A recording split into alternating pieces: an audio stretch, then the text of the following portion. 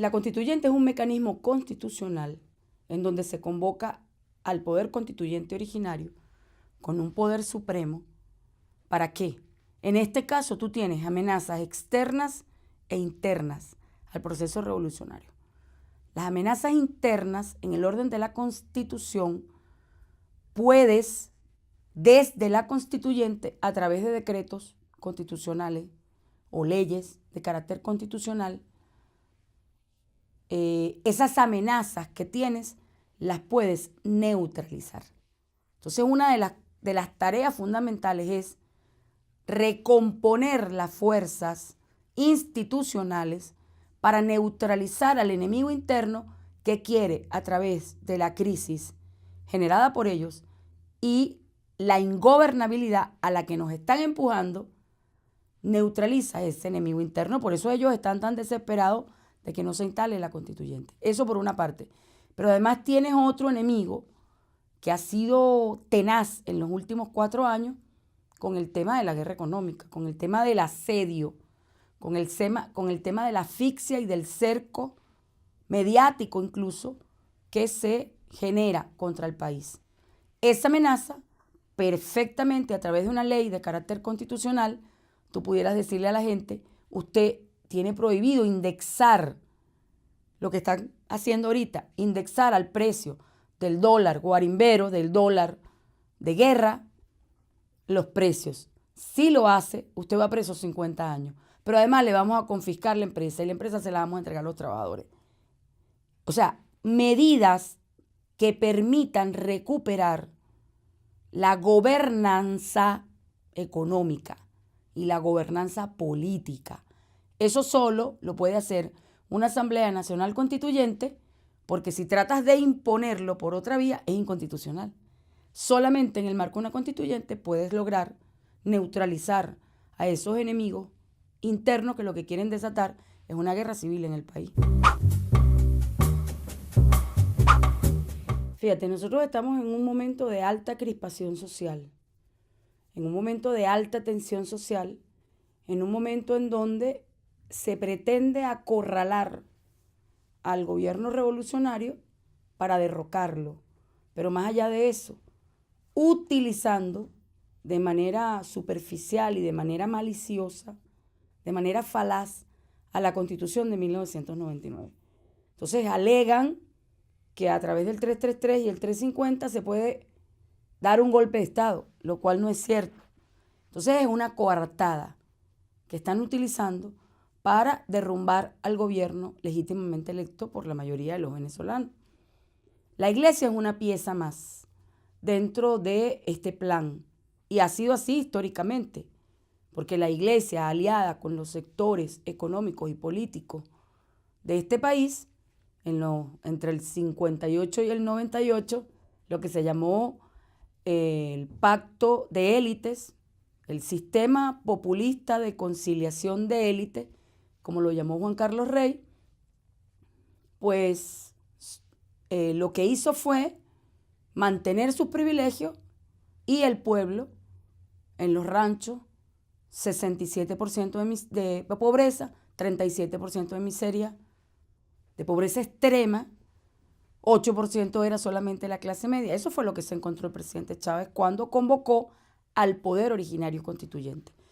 Aquel momento era un momento parecido a este, quizás de mucha más trascendencia, porque aquel momento era para refundar la república. En este momento es para salvar la república. En este momento estamos buscando salvar el Estado-Nación. ¿De qué? De factores externos e internos que intentan destruir el Estado-Nación para hacerse de los recursos naturales en Venezuela. Y tenemos enemigos internos y externos desde el punto de vista de la teoría de los juegos, de la teoría del conflicto, así se denomina, en términos de teoría del conflicto, al enemigo interno o el enemigo de la Constitución, como son la mayoría de los diputados en la Asamblea Nacional, y ahora se ha sumado un factor que siempre fue garante, pensábamos nosotros, de la justicia, y resulta que ahora se puso del lado también del golpismo, en donde además está la iglesia jugando un papel fundamental. El tema de la legitimidad tiene que ver, porque fíjate que en el proceso anterior, cuando se convocó, el 82% votó a favor de una Asamblea Nacional Constituyente bajo circunstancias completamente distintas a las que tenemos. Las circunstancias que tenemos ahorita son mucho más complicadas porque hay gente afectada en su cotidianidad que no entiende que la constituyente es una salida que puede servir para solucionar ese problema puntual que él tiene. Y tenemos que ser coherentes y tenemos que ser además creativos para explicarle a la gente que la constituyente es la única salida frente a la guerra que nos quieren imponer. Entonces, tú no puedes desarrollar ningún programa de gobierno, no puedes desarrollar políticas sociales incluso para solucionar problemas de las mayorías si no tienes paz, si no tienes gobernanza. Lo que pueda aumentar la tensión va a ser a partir de la famosa, ahora no es plebiscito porque saben que no existe en la Constitución, ahora se fueron por el tema de la consulta popular, que es una figura que establece el artículo 70. Pero ellos pretenden consultarle a la gente si quieren que se haga un gobierno paralelo y le den un golpe de Estado a presidente Nicolás Maduro. La consulta nació ilegítima e ilegal, de plano, porque la tercera pregunta lo que pretende es convalidar un golpe de Estado. Y allí se aplica el 333. Así que, es decir, todo aquel que asista a esa consulta, aprovecho, está cometiendo un delito. Todo aquel que convoque a esa consulta popular en donde se le pregunta a la gente si quieren que nos invadan o si quieren un gobierno paralelo, está cambiando por vías no democráticas la forma republicana que nos dimos. Eso está previsto en el Código Penal como un golpe de Estado, artículo 132 del Código Penal. Entonces, lo más peligroso va a ser ese pico, el 16. De allí para adelante, ellos hablan de la hora cero. Bueno, de allí para adelante, yo tengo confianza en que las fuerzas de seguridad impondrán el orden por razones de seguridad de Estado. Primero tenemos que entender que el derecho político es un derecho humano. Cualquiera que pretenda impedirme el ejercicio del voto está violando un derecho humano. Eso hay que decirlo muy claro. Creo que se van a tomar, yo tengo confianza en que se van a tomar medidas coyunturales para abordar ese peligro. Quizás porque ellos saben la capacidad que tiene una Asamblea Nacional Constituyente. De hecho, ellos convocaron una Asamblea Nacional Constituyente, lo que pasa es que no reunieron el 15% de las firmas. Por ahí están los videos de la propia Lilian, del propio Frei Guevara, diciendo que estaban enamorados del proceso constituyente. Y es cierto, el proceso constituyente es un proceso hermoso, porque es un proceso que permite avanzar, sobre todo el venezolano, que es inédito, porque nosotros partimos de un proyecto de refundación hace unos 18 años. Este proyecto nos va a permitir avanzar.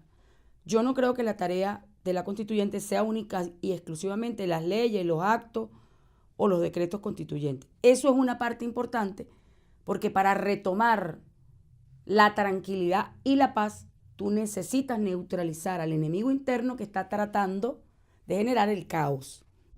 Eso es una parte.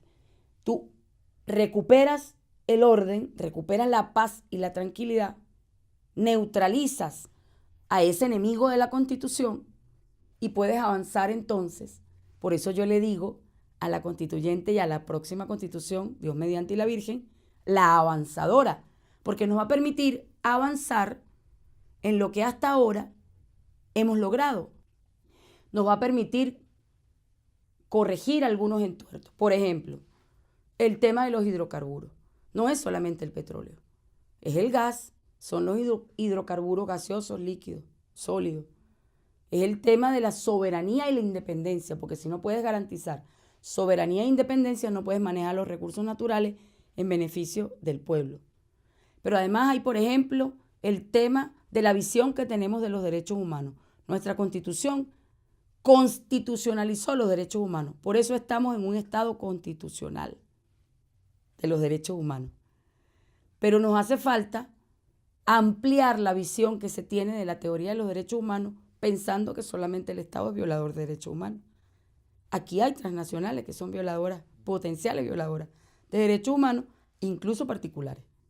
Hay un tema profundo que hay que revisar con el tema del Poder Judicial, con el tema del sistema de justicia, porque no vamos a poder alcanzar la paz si no reformamos ese tema, no ampliamos ese tema, no tratamos de perfeccionar, de mejorar ese tema. El tema de los trabajadores. Yo voy por ese sector. Trabajadores de la economía informal e independiente. La garantía de estabilidad, la garantía establecida en la ley orgánica del trabajo, que la incorporemos y la constitucionalicemos. Eso blindaría el sistema antineoliberal de nuestra Constitución, ¿sabe? Eso hay que garantizarlo en el sector de los trabajadores, de todos los trabajadores. Bueno, pero específicamente el sector donde yo voy, que es el sector de los trabajadores de la economía popular e independientes. Deben tener seguridad social. Todo lo que hemos logrado a través de leyes orgánicas en desarrollo de la Constitución debería ser incluido en la medida de las posibilidades en la Constitución para garantizar que la profundización del Estado social de derecho y de justicia. Porque esta es una constituyente que tiene que ser profundamente bondadosa, profundamente popular. Es una constituyente para el pueblo. Y además tiene que ser una constituyente que respete profundamente, como lo ha hecho este proceso, la dignidad humana, sobre todas las cosas. El problema que tiene la derecha venezolana para llegar al poder y poder hacer lo que están haciendo en Argentina y en Brasil es la Constitución. Es nuestra Constitución del 99. ¿Sabes por qué? Porque nuestra Constitución es antineoliberal. ¿Qué vamos a hacer? Profundizar ese modelo para proteger la inversión social. Ellos no pueden, por ejemplo, congelar a través de la Asamblea Nacional la inversión social por 20 años, porque estarían violando la Constitución. ¿Ves que su problema es que ellos tienen que llevar a través de atajo al poder para poder derrocar la Constitución? Y nosotros con la Asamblea Nacional Constituyente estamos tratando de protegerla y de avanzar para consolidarla y hacerla irreversible. Esa es la diferencia. En Brasil pueden hacerlo porque el Congreso modifica la Constitución, sin participación del pueblo. En Argentina pueden hacerlo porque el Congreso decide, el presidente y el Congreso, aliados. Y entonces dejan al pueblo por fuera. En Venezuela, la ingeniería constitucional impide que modifiquen la Constitución sin aprobarla al pueblo. Ese es el gran secreto. El mayor escudo que nosotros tenemos para un gobierno que pretenda políticas neoliberales en este país es la Constitución. Es el freno, es el escudo. Entonces, por esa es la razón por la cual la derecha necesita llegar al poder a través de atajos. El artículo 350, que está en el capítulo 3, donde aparece la Asamblea Nacional Constituyente, establece los límites de actuación de esa Asamblea Nacional Constituyente. ¿Por qué? Porque esa Asamblea Nacional Constituyente no puede menoscabar, es decir, retroceder, desconocer, violentar derechos fundamentales, principios y valores que ya hemos alcanzado en el proyecto que está. En el proyecto que nosotros aprobamos en 1999 está reconocida la propiedad privada. Si a esta asamblea se le ocurriera decir que hay una abolición de la propiedad privada, no puede hacerlo porque está violando derechos y está retrocediéndonos. ¿Qué sí puede hacer ella? Proponer distintas formas de propiedad que están en la práctica funcionando. Propiedad familiar, propiedad social, propiedad comunal.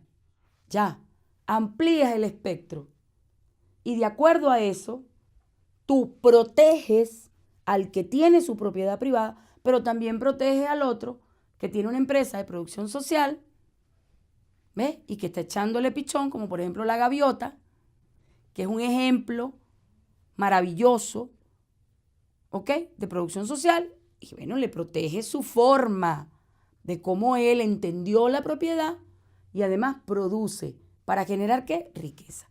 Esos son actores sociales que merecen en el tema de la progresividad de los derechos humanos que se les reconozca. Por eso yo te digo que es nuestro derecho a existir. Bueno, el derecho a existir esos sectores. Aquí no se va a menoscabar lo que hemos alcanzado. No se puede, porque la cláusula de oro que protege lo que ya hemos alcanzado, el legado de Chávez, que es la Constitución de 1999, es el 350, que permite desconocer cualquier Asamblea Nacional Constituyente que permita menoscabar o que pretenda menoscabar lo que hemos alcanzado hasta ahora. Así que lo que hay es que informar a la gente, sin miedo, porque la derecha trabaja desde el miedo a la clase media a ser pobre, el miedo a perder las prebendas, el miedo a compartir, el odio ahora, pero ese odio es por miedo. ¿Miedo a qué? A convertirte en pobre, miedo a parecerte a ese pobre, y despiertan entonces los peores sentimientos, los más irracionales. Ese es el trabajo de la derecha. ¿Cuál es el trabajo nuestro? Trabajar desde lo más difícil, desde la conciencia, desde el corazón, desde el amor, desde el ejemplo. No puede haber ejercicio político sin un ejemplo ético. Esta tiene que ser una constituyente que rescate la ética en el ejercicio de lo público. En otros países, el tema de la corrupción, te pongo un ejemplo de Ecuador y el tema de Bolivia, se atendieron desde el punto de vista de facilitarle el acceso a lo público a los particulares a través de la tecnología. Porque eliminaste intermediarios, eliminaste el tipo que está cobrando para sacarte el permiso sanitario o sacarte la solvencia. Creo que nosotros tenemos una deuda profunda con el tema de la simplificación de los trámites administrativos, con el tema que tiene que ver con tecnología, conocimiento. Creo que esos son dos piezas fundamentales que tienen que ponerse al servicio de la gente. Pensar que lo público está para servir a la gente. Entonces ahí hay un tema cultural además, porque el que llega siendo funcionario público piensa que tiene un poder desde el portero. No, y no es así. Tú eres un servidor público. Pero eso es un tema cultural, no lo vas a solucionar con que simplemente lo decretes. Tienes que empezar a trabajar en una reestructuración del Estado. Eso sí se puede trabajar en una visión mucho más moderna, mucho más cercana a la gente y evidentemente que Contraloría y castigo. O sea, no puede ser posible que fuera de este país haya gente que se haya llevado fortunas enormes y que nosotros no podamos, pero ni siquiera a través de la Constitución, de expatriarlos, quitarles todos los bienes, traértelos al país de vuelta, porque tú no estás dañando a un gobierno, tú estás dañando a todo un colectivo, tú estás dañando a toda la gente, estás dañando a las futuras generaciones que se quedaron sin plata porque tú cobraste un diezmo o porque tú cobraste un 20%, porque te comportas como un malandro, llegaste con los votos de la gente y se te olvidó y te convertiste en un choro. Tiene que haber castigo. Entonces, ahí hay que abordarlo bajo distintas estrategias, no es una sola. Y eso tiene que quedar claro, cuáles pueden ser esas estrategias para abordarlo desde la constituyente, desde la Constitución. Hay una corriente que está hablando de un sexto poder. Yo prefiero la tesis de transversalizar la democracia directa y el poder popular desde el principio hasta el final. ¿A través de qué? De la Contraloría Social. A través de la participación directa del pueblo. Por ejemplo, en el caso del 279, si no se ponen de acuerdo los poderes constituidos para designar a un fiscal, se somete a consulta popular. Eso se puede hacer con los magistrados, es decir, el poder constituido permanentemente de la mano del poder constituyente. El presupuesto participativo. No puede haber un alcalde que no consulte a las bases, porque no puede ser que las bases populares necesiten casas y el alcalde construya aceras. Entonces la decisión tiene que pasar por el apoyo de la gente, porque la gente es la que mejor conoce sus problemas.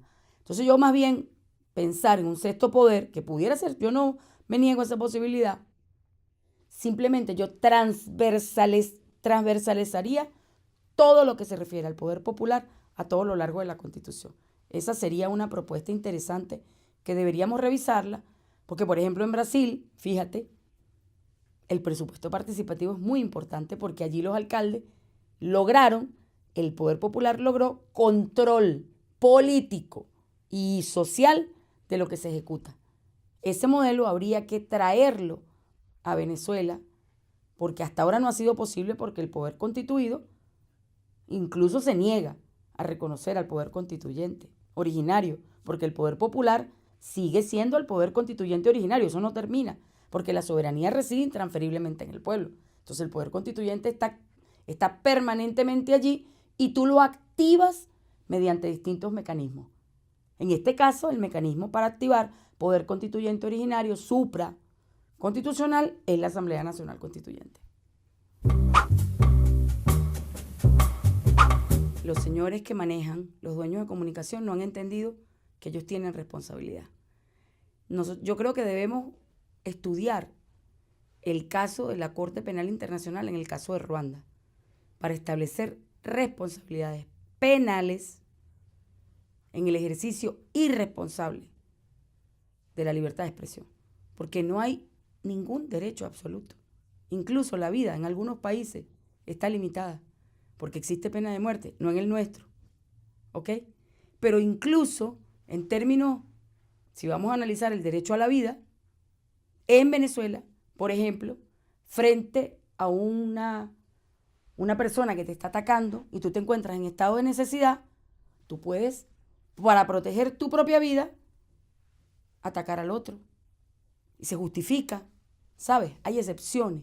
Entonces no hay ningún derecho absoluto.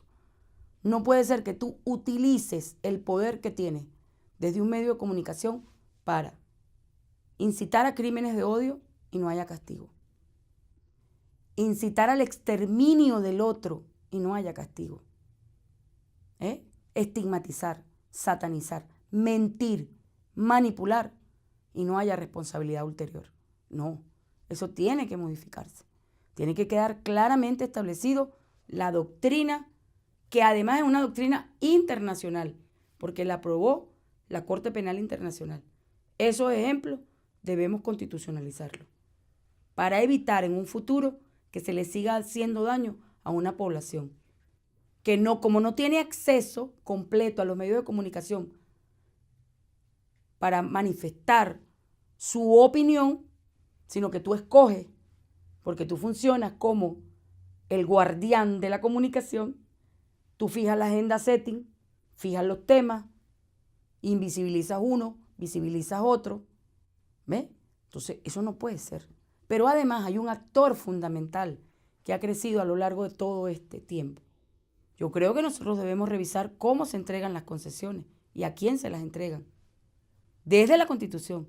Porque, por ejemplo, en Canadá, para renovarte una concesión, el Poder Popular tiene que apoyarlo. Tiene que votar en un referéndum consultivo. Eso se llama Contraloría Social. Así como es transversal el tema de los derechos humanos del Poder Popular, el tema de la comunicación es transversal a la vida en Venezuela y a la vida en el mundo. Vale, porque la comunicación, eso nos diferencia del resto de las especies.